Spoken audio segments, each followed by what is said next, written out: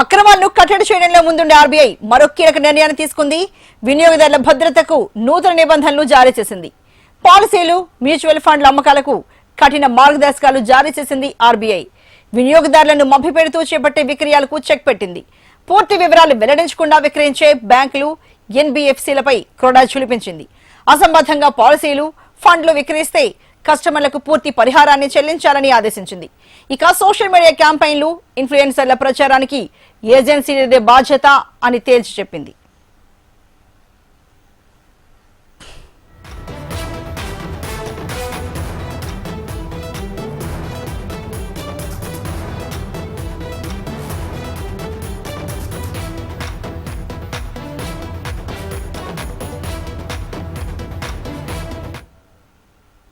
మరి ఈ దేశం సంబంధించి మరింత తాజా సమాచారాన్ని మా బిజినెస్ ఎడిటర్ మురళీకృష్ణ అందిస్తారు.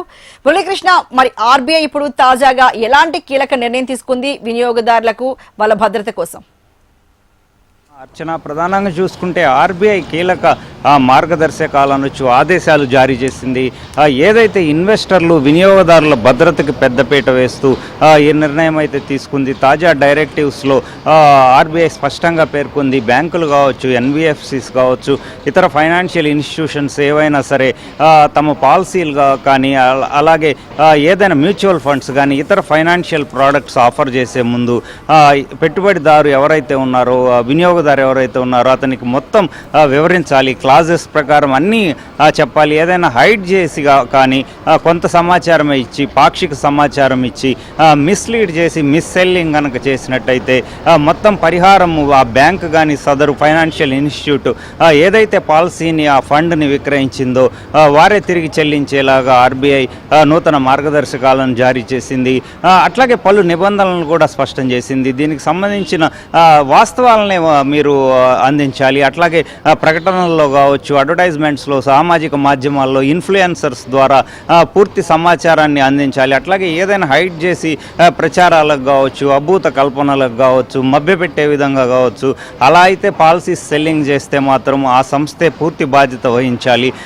సోషల్ మీడియా ప్రచారానికి కూడా ఏ సంస్థ అయితే ఆ ప్రచారం చేపట్టిందో సదరు సంస్థే బాధ్యత వహించాల్సి ఉంటుంది. ఆ ఇన్ఫ్లుయెన్సర్, సోషల్ మీడియా ప్రచారకర్తలు ఎవరు చేసినప్పటికీ దాని బాధ్యులైనటువంటి ఫైనాన్షియల్ ఇన్స్టిట్యూషన్నే పూర్తి బాధ్యులుగా చేస్తూ కూడా ఆర్బీఐ ఈ నిర్ణయం తీసుకుంది.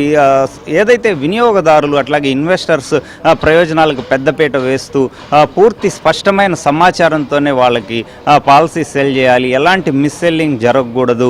అట్లాగే కొన్ని క్లాజెస్ని దాచిపెట్టి కూడా మభ్యపెడుతూ కూడా పాలసీస్ కావచ్చు, ఫండ్స్ కావచ్చు, ఏదైనా అంటగట్టే ప్రమాదాలు లేకపోలేదు. ఆ రిస్క్స్ని నివారించేందుకు ఆర్బీఐ ముందడుగు వేసింది.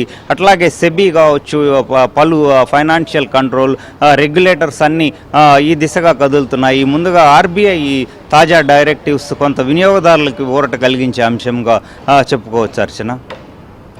Right Muralikrishna, thank you so much.